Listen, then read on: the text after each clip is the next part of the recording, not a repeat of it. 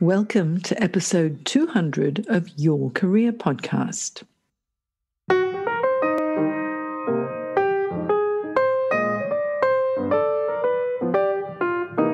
Wow, can you believe it? 200 episodes. When I started Your Career Podcast way back in 2015, I never anticipated that in 2020 it would still be going strong.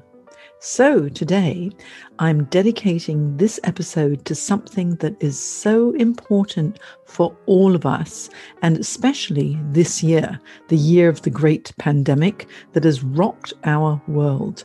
This episode is dedicated to mental health, as today is World Mental Health Day. Now, there's a huge impact of stress on your confidence levels. And so many people have had their jobs affected this year because of the coronavirus pandemic.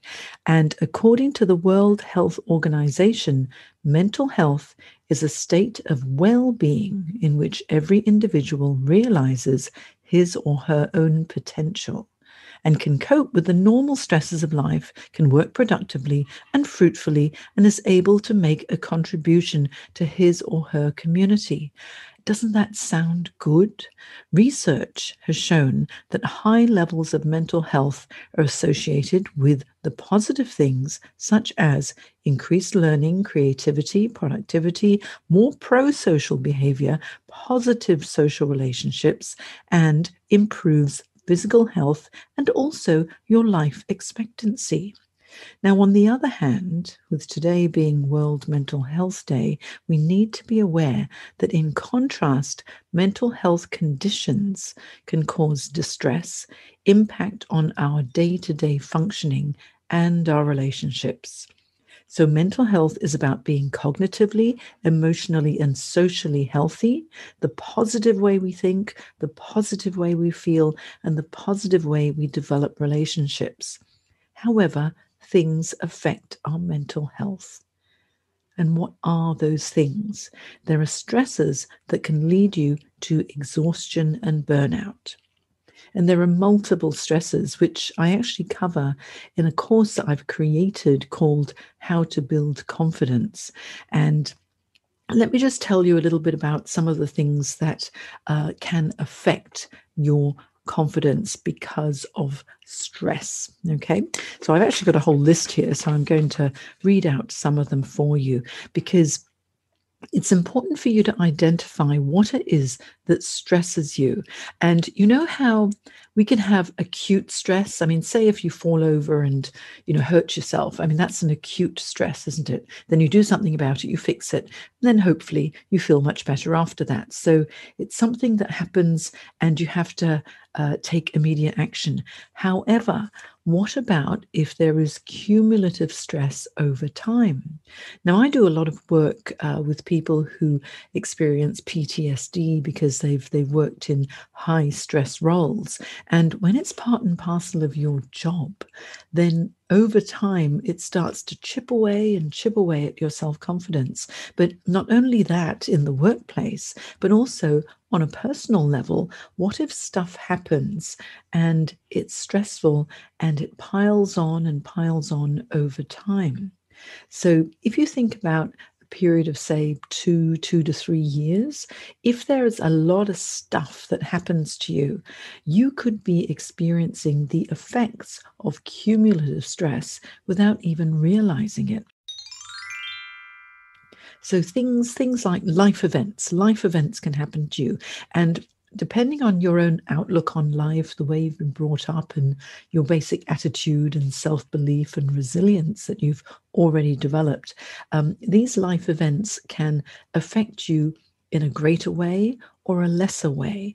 So you have to think about what it is that might really affect you and cause stress. So things like, the big things like death of a spouse or a partner or a loved one, that's very stressful. So if you've had an event like that in the past 2 to 3 years, that can have caused additional stress over time. So things like death in the family or of a close friend, divorce, a marital separation, personal injury or illness. Marriage, even though it's a happy event, it's still stressful. I mean, anyone who's organized a big wedding or even a medium-sized wedding, you know it's stressful. Just thinking about where do people sit, during the wedding dinner causes all sorts of stress, especially if, one aunt doesn't like another uncle or whoever, and you're trying to please everybody. You can cause your own stress as well. Job loss, of course, is a huge one. Going into retirement. Maybe you're thinking, oh, I'm going to transition into retirement. That causes stress because there are so many things that you need to consider. Maybe there's been a change in the health of your family member. Maybe you got pregnant. It's a happy occasion. It's also stressful. Yes. Both of my daughters have recently gone through this in the past year. And even though they're the ones who are having the babies, I experienced an element of stress too, because I was so worried about them, especially, when, if things are not quite going as smoothly as you'd like. But if you have sexual difficulties, that causes stress. The arrival of a new family member changes the family dynamics as well. There could be a business readjustment. Maybe there was a change in your finances, and that could be related to job loss as well. COVID has certainly caused that sort of problem with many people. Maybe you've changed to a different type of work. Maybe you've had a change, strangely, in the number of arguments or disagreements that you've had with a partner. Are any of these things resonating with you at all? Because if you are under stressful circumstances for a long time, it really does start to get to you. And some of these things you might think, oh, they're just minor. Other things are quite huge. I mean, things like a foreclosure on a mortgage or a loan, or even a change in responsibilities at work. Maybe your son or your daughter left home, decided to live elsewhere. You might be having trouble with your in-laws, or one of you in your relationship stops work or starts work. Maybe you're starting or finishing school or coursework. You might be revising your personal habits. Maybe you're on a diet. Maybe you've started an exercise routine. There's a certain element of stress to that. Did you move house? Did you change school? Is there a change in your church or your social activities? All of these things can really affect you in a greater way or a lesser way. Okay, Christmas, holidays, we know how stressful Christmas can be, or any major event. If you've had a minor violation of the law or a major violation of the law, that can be stressful as well. Applying for a loan can be stressful. All of these things, if you take them all into consideration, you could have a really high stress level. And depending on how high that stress level is, you may be experiencing the effects of cumulative stress. And if this is ongoing, it will affect your mental health. And so, how do you know when your mental health is being affected? Okay, and sometimes you just don't know because you get used to things. And I know when I'm stressed, sometimes I just think, oh, I can handle it. I can do it. But you know what? After a while, if it's too much, it will affect your mental health. There are physical, mental, and behavioral signs and symptoms that you need to look out for. Okay, so maybe physical symptoms could be you're sleeping more than normal, or maybe you can't get to sleep. Maybe you're always feeling tired, or you've gained weight or lost weight inexplicably. Maybe you're having some stomach trouble, or maybe you're having some sexual problems. Maybe you're starting to overuse alcohol or something else. You might start to feel like, oh, I've got an upset tummy, or oh, I'm just, a little bit like irritable bowel syndrome, or neck aches or backaches, or you just don't want to eat at all, headaches, or any sort of unusual physical symptoms. Lots of physical signs and symptoms that could be related to cumulative stress. What about mental symptoms? What is going on in your head? Do you feel under constant pressure? Or do you feel a bit lonely or isolated? Have you started, now do be aware of this, have you started to think catastrophically? Or are you over personalizing situations? For example, say if you're looking for a job and you're really stressed about it, you might start to say to yourself, oh my goodness, I'm too old. I'm never going to get a job. nobody likes me, no one's going to hire me. And you make broad sweeping statements, and it's like, oh, this is just too hard and nothing good will ever happen. Those are some of the mental symptoms that you might be feeling. Perhaps also misunderstood, or you're really vulnerable to any tiny criticism. You might not want to ask for help because you can't, you just can't reach out. You might be having great difficulty making any decision, even small decisions, or perhaps for no reason you feel left out or rejected or angry, or you're worrying and worrying and worrying. Are you obsessed with unobtainable goals, or you just feel sad, or things that you used to enjoy and look forward to, suddenly you just don't care. You just don't enjoy what used to be pleasurable. Maybe you just have this awful trapped feeling, or you feel insecure, or maybe undeserving of someone's attention. These are all warning signs that you need to really be aware of. Okay, so if you're thinking any of this, it really is time to reach out. Behavioral symptoms, be aware of this as well. And also, not only for yourself, but if you notice this in someone that you know or you love, or a family member, or a friend, or a colleague at work, that's a time when you really must reach out to them too. Perhaps there are deteriorating personal relationships. Have you noticed perhaps someone who started to withdraw from friends and family? Maybe arguments are becoming more frequent, problems with authority figures. Maybe you used to love being given more responsibilities. Then all of a sudden you've decided, no, I just can't handle it. Maybe you started being late all the time, or you used to look after your hair or your appearance really well, and then suddenly it's like, oh, who cares anymore? Have you become forgetful? Are you going to extremes, spending too much, gambling, doing something compulsively? Or are you working like crazy and perfectionism is taken to the extreme? There are so many things that, if you can relate to any of these and it's getting to be a little bit too much, please, it's time to practice self-care and reach out for support. I mean, who can support you? You think a trusted friend, someone who, really boosts your feeling of self-worth, or a family member who really loves you and will listen, or a coach who really cares, can help you. The important thing is do not bottle things up, because help is available. You might need to go for professional help too. Please, I mean, that's important. There are places like Beyond Blue and Lifeline. Reach out to the professionals. I would say the first point is go to your GP and have a full physical checkup and talk to your GP if you're feeling like things are getting to be just too much for you. Okay. And because I'm a career coach, if you're feeling a bit of a wobble and anxious about the job search process because you've experienced a redundancy and you're finding it hard to find another job, or, you just think, oh, how am I going to get another job? The economic situation is not as buoyant as it is. Thank you, COVID. And you might start to think catastrophically, like, oh, will there ever be another job for me? I'm too old. I'm too young. I'm not experienced enough. I don't have the qualification. I mean, all of these things that can be controllable, you start to worry too much about.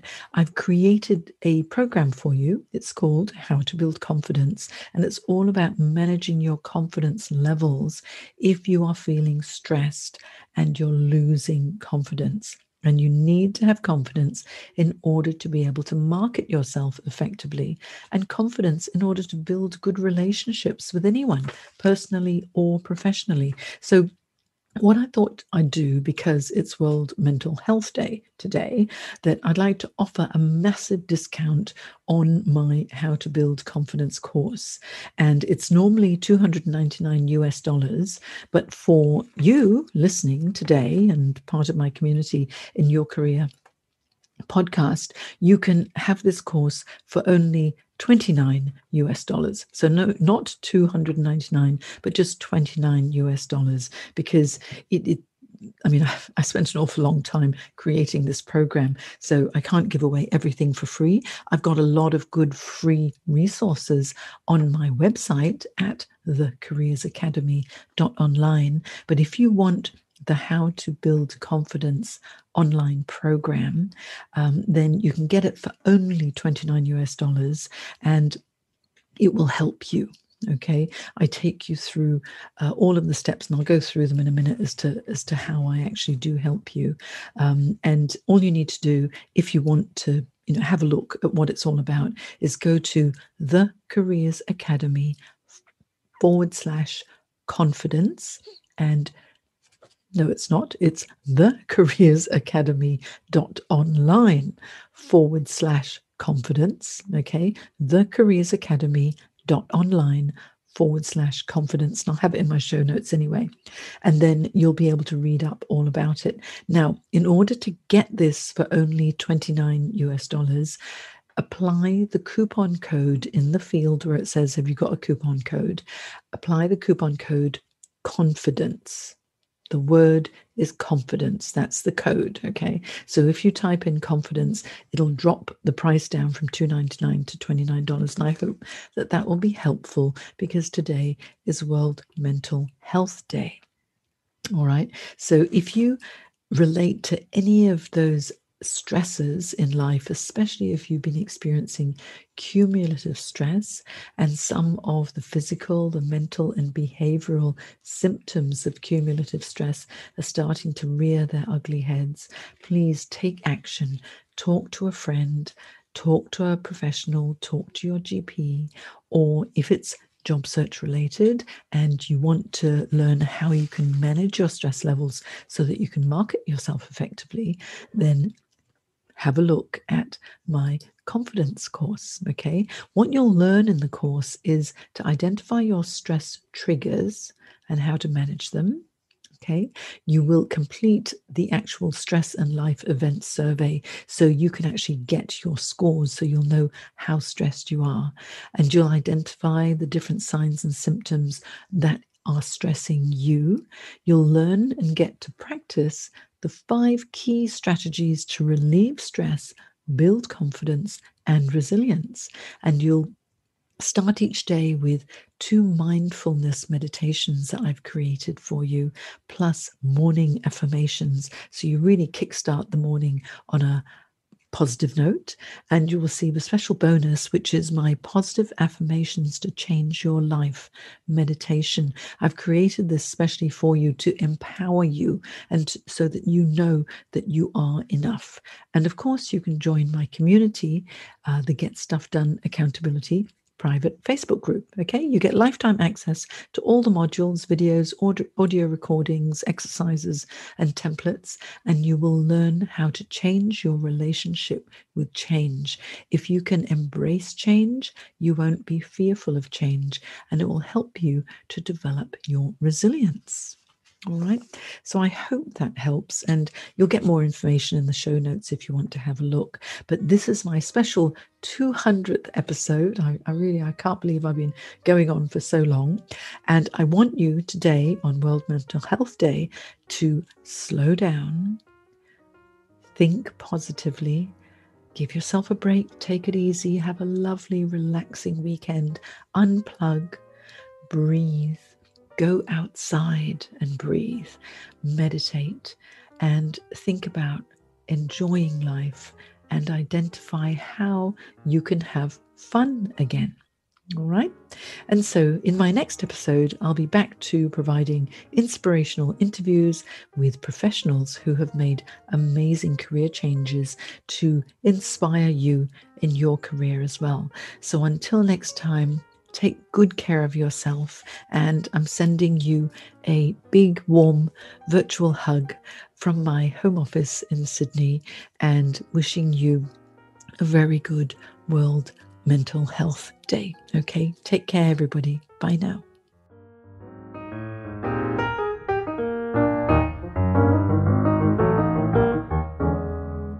If if you enjoy Your Career podcast, please hop over to iTunes and leave a review, because that's how we get to reach more people. And if you need help in your career, go to www.thecareersacademy.online, where you'll be able to find lots of online programs as well as one-on-one coaching with me. See you soon.